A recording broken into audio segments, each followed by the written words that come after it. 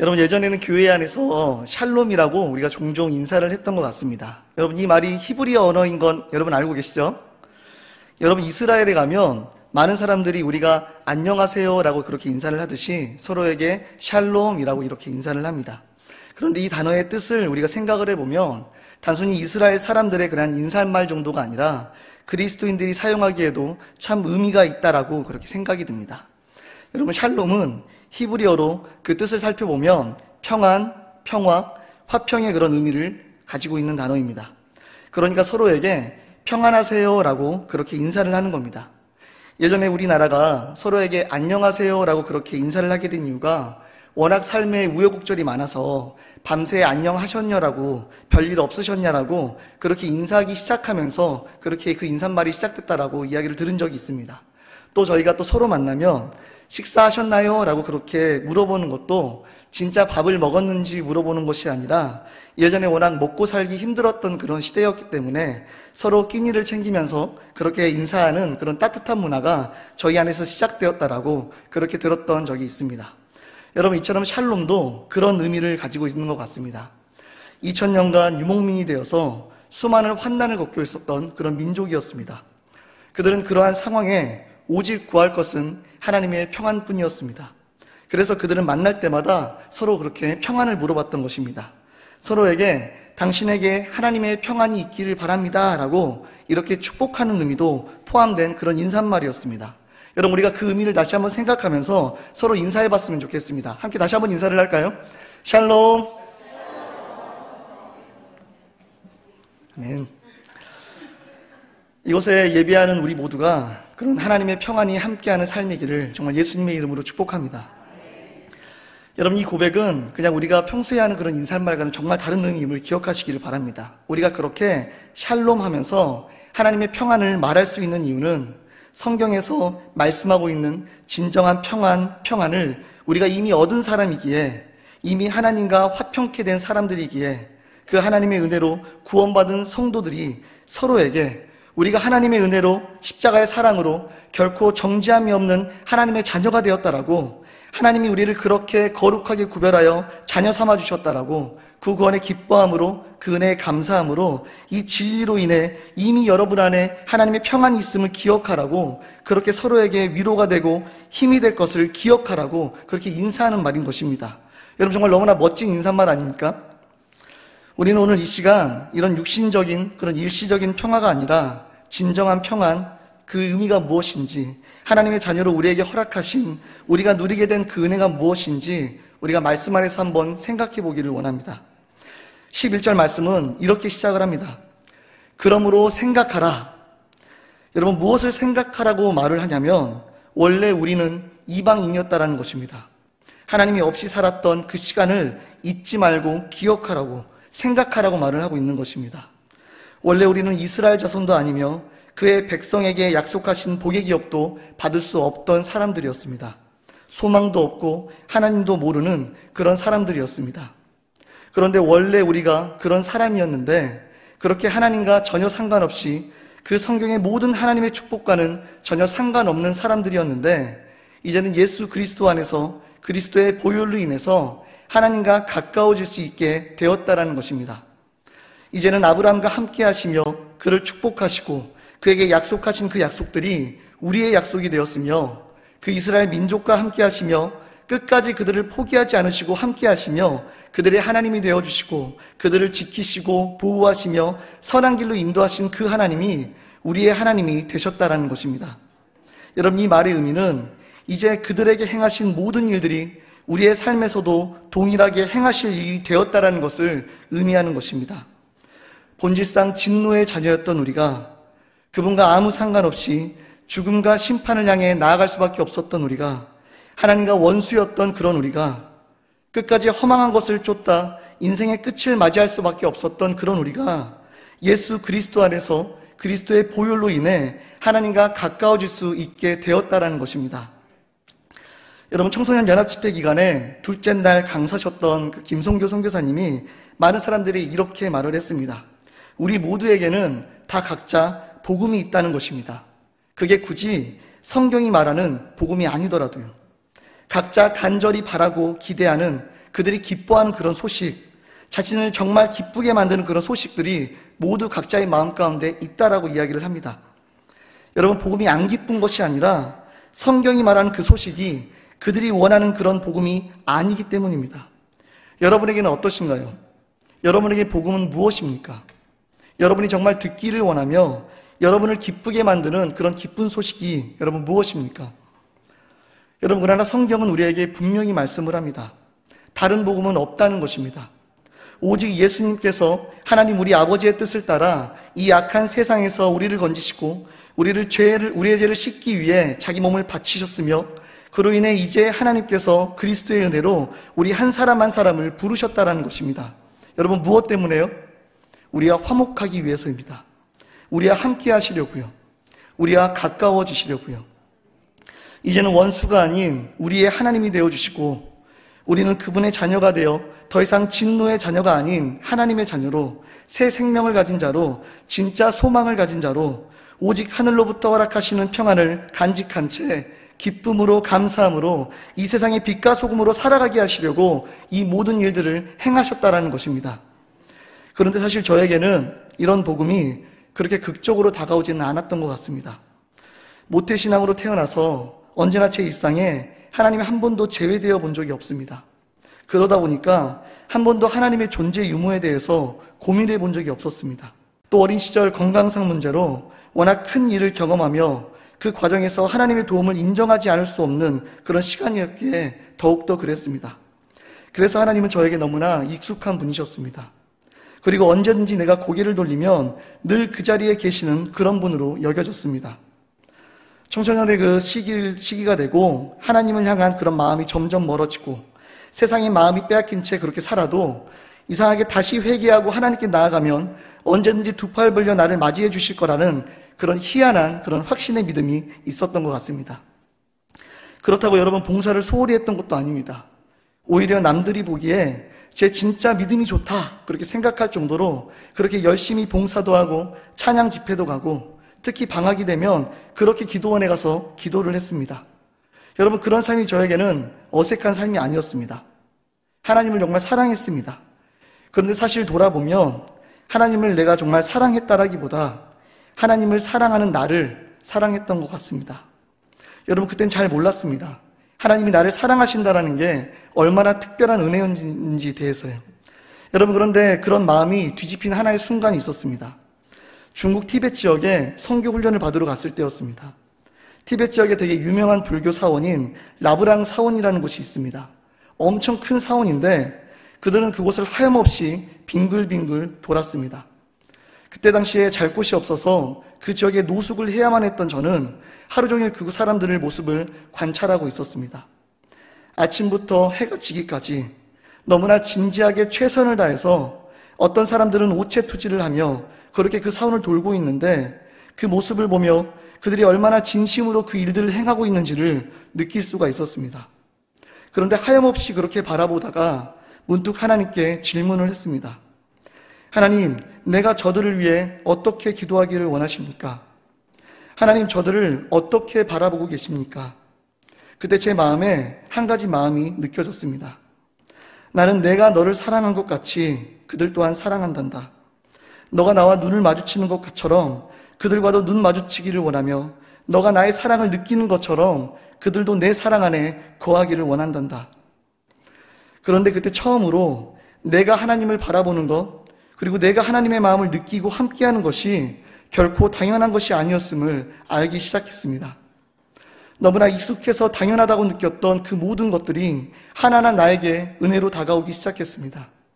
하나님의 사랑이 그들을 향해 한 걸음씩 다가가고 계셨던 것처럼 내 삶에서도 그렇게 다가오셨을 하나님의 진심과 사랑이 더욱 크게 와닿기 시작했습니다. 그 크신 사랑 앞에 그동안 내가 자랑스럽게 주작했던 그런 모든 수고는 너무나 작고 보잘것없게 느껴졌습니다. 그동안 내가 하나님을 만나고 느끼고 경험했던 그런 모든 순간들이 단 하나도 은혜 없이 설명할 수 없는 것이었음을 알게 하셨습니다. 저는 그렇게 너무나 진지하게 그 라브랑 사원을 돌고 있는 그들의 모습을 보며 그들과 전혀 다르지 않게 살 수 있었던 나를 그곳에서 건져주시고 하나님 앞으로 은혜 앞에 서게 하신 그 하나님의 사랑을 정말 깊이 경험하는 시간이 되었습니다. 하나님을 알지 못하고 살았던 우리가 이제는 예수 그리스도 안에서 그리스도의 보혈로 인해 하나님과 가까워질 수 있게 되었습니다. 하나님은 그렇게 우리와 화목하기를 원하십니다. 그 사랑을 깨닫기를 원하십니다. 그리스도를 통해 평안을 누리기를 원하십니다. 이 소식이, 이 사랑이, 이 은혜가 우리에게 이 세상 그 무엇보다도 가장 기쁜 소식이 되기를 하나님은 원하고 계십니다. 그리고 우리를 그렇게 하나님과 화목하게 하신 것 같이 이제는 서로 화목하며 함께 그리스도의 성전으로 지어져 가기를 원하십니다. 그 일을 위해 예수 그리스도께서 모퉁이 돌이 되어주셨습니다. 그리고 또한 그 일을 이루시기 위해서 하나 되게 하시는 성령님께서 우리를 함께 지어져 가게 하실 것을 하나님은 우리에게 말씀하고 계십니다. 이것이 또한 우리에게 소망의 메시지가 될 수 있기를 원합니다. 하나님 우리를 사랑하신 것 같이 우리 또한 그렇게 서로 사랑하기를 원합니다. 여러분, 전에는 이게 불가능한 말씀이었습니다. 하지만 이제는 아닙니다. 왜냐하면 사랑이신 예수 그리스도의 생명의 말씀이 우리와 함께 하시기 때문입니다. 하나 되게 하시는 그 성령이 우리의 삶을 인도하실 것이기 때문입니다. 여전히 우리의 삶을 보면 과연 우리가 사랑할 수 있을까? 그렇게 싶을 때가 너무나 많습니다. 특히 사랑하는 사람을 만나 결혼을 하고 부부가 되고 가정을 이루고 나면 정말 너무나 아이러니하게도 가장 사랑해서 결혼을 했지만 가장 서로에게 상처를 주는 대상이 부부가 되어버리곤 합니다. 왜냐하면 우리의 사랑에는 한계가 있기 때문입니다. 사람이 가진 마음으로 누군가를 사랑한다는 것엔 한계가 있기 때문입니다. 어쩔 때는 하나님께서 우리의 한계를 깨닫게 하시기 위해 그냥 내버려 두신다라고 느낄 때가 있습니다. 결국 그 사랑에는 한계가 있습니다. 너무나 속상한데, 내가 끝까지 사랑할 수 없다라는 것이 너무나 속상한데 여러분, 그게 잘 안 됩니다. 자꾸 계산하게 됩니다. 나만 맨날 더 양보하는 것 같고 나만 더 손해보는 것 같습니다. 여러분, 근데 이게 계산되기 시작을 하면 정말 끝이 없더라고요. 그런데 어느 날 아내랑 이야기를 나누면서 한 가지 사실을 알게 되었습니다. 아내도 똑같이 그 생각을 하고 있더라고요. 아내도 똑같이 나만 양보하고 나만 더 손해보고 있다라고 느끼고 있었던 것입니다. 여러분, 그게 저에게 정말 참 충격적이었습니다. 저는 저만 희생하고 저만 그렇게 양보한다고 생각을 했습니다. 하나님께서는 그 시간 속에서 나의 이기적인 모습을 보게 하셨습니다. 여러분, 저는 그때 항복했습니다. 그리고 하나님께 기도했습니다. 하나님, 내 안에 사랑이 없습니다. 나를 도와주십시오. 사랑할 수 있게 해주십시오.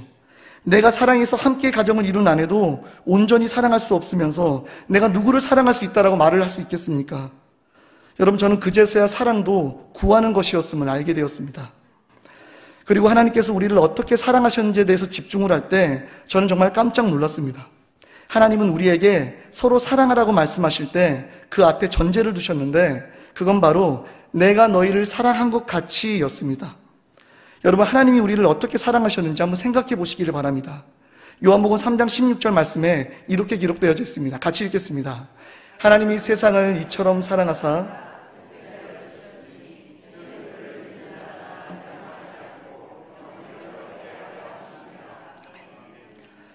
하나님은 우리를 자신의 독생자를 십자가에 내어주시면서 자신의 사랑을 확증하셨습니다. 여러분, 이런 사랑 하실 수 있는 분 계십니까? 혹시 하실 수 있는 분? 여러분, 불가능합니다. 우리가 할 수 없다라는 겁니다. 여전히 하나님이 아무리 새 생명을, 새 계명을 주셨어도 이제 그리스도의 보혈로 인해 죄 사함을 받아 새 사람 새 생명이 되었어도 우리는 할 수 없습니다. 오직 그리스도 안에 성령의 인도하심을 통해서만 그 일이 가능합니다. 그런데 하나님은 서로 사랑하라고 말씀을 하십니다. 여러분, 그럼 우리는 어떻게 해야 할까요? 다시 하나님 앞으로 나아가야만 합니다. 여러분, 여전히 율법은 우리에게 유익합니다. 우리의 죄를 깨닫게 하시거든요. 우리가 할 수 없음을 알게 하시거든요. 그리고 그 약함을 붙들고 하나님 앞에 서게 하십니다. 그리고 다시 하나님을 바라보는 겁니다. 나를 사랑하신, 나를 죽기까지 사랑하신 그 은혜 앞으로 서게 하십니다. 그리고 기도하는 겁니다. 하나님, 나를 그렇게 사랑하신 것 같이 나 또한 하나님을 먼저 그렇게 사랑하기를 원합니다. 나에게 사랑을 주옵소서. 여러분, 그럴 때 성령의 인도하심 속에 이런 고백이 터져나오게 되는 것입니다. 갈라디아서 2장 20절 말씀을 우리가 함께 읽도록 하겠습니다. 내가 그리스도와 함께 십자가에 못 박혔나니 그런즉 이제는 내가 사는 것이 아니요 오직 내 안에 그리스도께서 사시는 것이라. 이제 내가 육체 가운데 사는 것은 나를 사랑하사 나를 위하여 자기 자신을 버리신 하나님의 아들을 믿는 믿음 안에 사는 것이라. 아멘. 하나님이 나를 그렇게 사랑하신 것 같이 나도 그렇게 하나님을 사랑하기를 원합니다. 하나님께서 나를 위해 십자가에 못 박히신 것 같이 나 또한 내 죄를, 내 육체를, 내 삶의 주권을 십자가 앞에 못 박습니다. 그리스도께서 우리를 살리시기 위해 죽으셨던 것처럼 이제는 나도 그리스도를 위해 죽고 그리스도를 위해 살겠습니다. 이제는 그리스도께서 나를 사랑하사 나를 위하여 자기 자신을 버리신 것 같이 이제 나도 그리스도를 사랑함으로 그리스도를 위하여 내 자신을 버리겠습니다. 사랑하는 여러분, 우리의 신앙은 이 고백에서부터 시작된다는 걸 여러분 기억하시기를 바랍니다. 하나님이 나를 사랑하신 것 같이 먼저 나 또한 하나님을 그렇게 사랑하는 자리로 나아갈 때, 그런 마음으로 주님 앞에 나아갈 때 하나님께서는 그런 자들의 삶을 기뻐 받으시며 서로 사랑할 수 있는 자리로 우리가 살아갈 수 있도록, 나아갈 수 있도록 하신다는 걸 여러분 기억하시기를 바랍니다. 여러분에게 이 십자가의 의미는 어떤 의미이십니까? 예수님은 말씀하십니다. 요한복음 14장 6절 말씀에 예수께서 이르시되 내가 곧 길이요 진리요 생명이니 나로 말미암지 않고는 아버지께로 올 자가 없느니라. 여러분, 십자가를 외면하지 마시기를 바랍니다. 여러분, 이 십자가는 단순히 우리가 기념하기 위해서 존재하는 것이 아닙니다. 여러분, 이것은 우리의 표대입니다. 길이요 진리요 생명 되신 그리스도께서 걸어가신 길이며 그분을 따르기를 원하는 모든 자들은 자기 십자가를 지고 그리스도를 따라야 할 것입니다. 요한복음 12장 24절 말씀에 내가 진실로 너에게 이르노니 한 알의 밀이 땅에 떨어져 죽지 아니하면 한 알 그대로 있고 죽으면 많은 열매를 맺느니라. 하나님께서는 우리를 열매 맺는 자로 부르셨습니다. 단지 우리가 죽지 않아서 열매가 없을 뿐입니다. 하지만 이 길은 우리의 의지로는 걸어갈 수 있는 길이 아닙니다. 여러분, 부르짖으십시오. 끝까지 죽지 않기에 버티는, 여전히 자기의 의를 주장하며 씨름하는 나의 자신의 모습에 애통해하며 회개하시기를 바랍니다. 그리고 이제 황복하며 하나님 앞으로 나아가시기를 바랍니다. 주여, 우리를 불쌍히 여겨 주옵소서. 여전히 목이 곧은 백성이 되어 하나님께 항복하지 못하고 내 삶의 주권을 부여잡고 사는 우리를 불쌍히 여겨 주옵소서. 하나님이 우리를 사랑하신 것 같이 우리가 서로 사랑하게 하여 주옵소서. 사랑하는 여러분, 이 놀랍고 위대한 기도에 여러분을 초청합니다. 한 사람의 죽음이 온 세계 열방을 하나님과 화목하게 하시며 은혜 위에 서게 하신 것 같이 그 길을 따라 걸어간 수많은 사람들의 순종 위에 지금 이렇게 우리가 하나님을 예배하게 되었던 것 같이 비록 지금 당장 눈앞에 많은 것들이 부정적인 소망 없는 소식으로 가득 채우고 있을지라도 이 세상에 여전히 복된 소식을 전할 수 있는 자들은 교회임을 여러분 기억하시기를 바랍니다. 하나님이 우리를 그 놀라운 일을 위해 구별하여 부르셨음을 기억하며 나 자신이 그렇게 한 알의 미랄이 되기를 소망하며 기도하는 모든 이들의 삶을 통하여 가정이 회복되고 공동체가 변화되어 이 세상에 그리스도의 사랑을 증거하여 물이 바다 덮음같이 여호와의 영광이 온 세상에 가득하기를 예수님의 이름으로 축복합니다. 아멘. 마지막으로 에베소서 2장 19절부터 22절까지의 말씀을 쉬운 성경 버전으로 함께 읽고 말씀을 마치도록 하겠습니다. 함께 읽겠습니다. 이제 여러분은 더 이상 낯선 나그네나 손님이 아닙니다. 이제는 하나님의 거룩한 백성으로 하늘의 시민이요 가족입니다. 성도는 사도와 예언자들이 닦아놓은 기초 위에 세워진 하나님의 집이며 그리스도 예수께서 친히 그 건물의 머릿돌이 되어 주셨습니다. 건물 전체가 그리스도 안에서 서로 연결되어 주님의 거룩한 성전으로 점점 자라갈 것입니다. 여러분은 그리스도 안에서 함께 지어져 가고 있습니다. 성령을 통해 하나님이 친히 거하시는 곳으로 여러분은 아름답게 지어져 갈 것입니다. 아멘. 이 말씀이 여러분 마음 가운데 새겨져 믿음으로 고백되는 삶이 되시기를 축복합니다.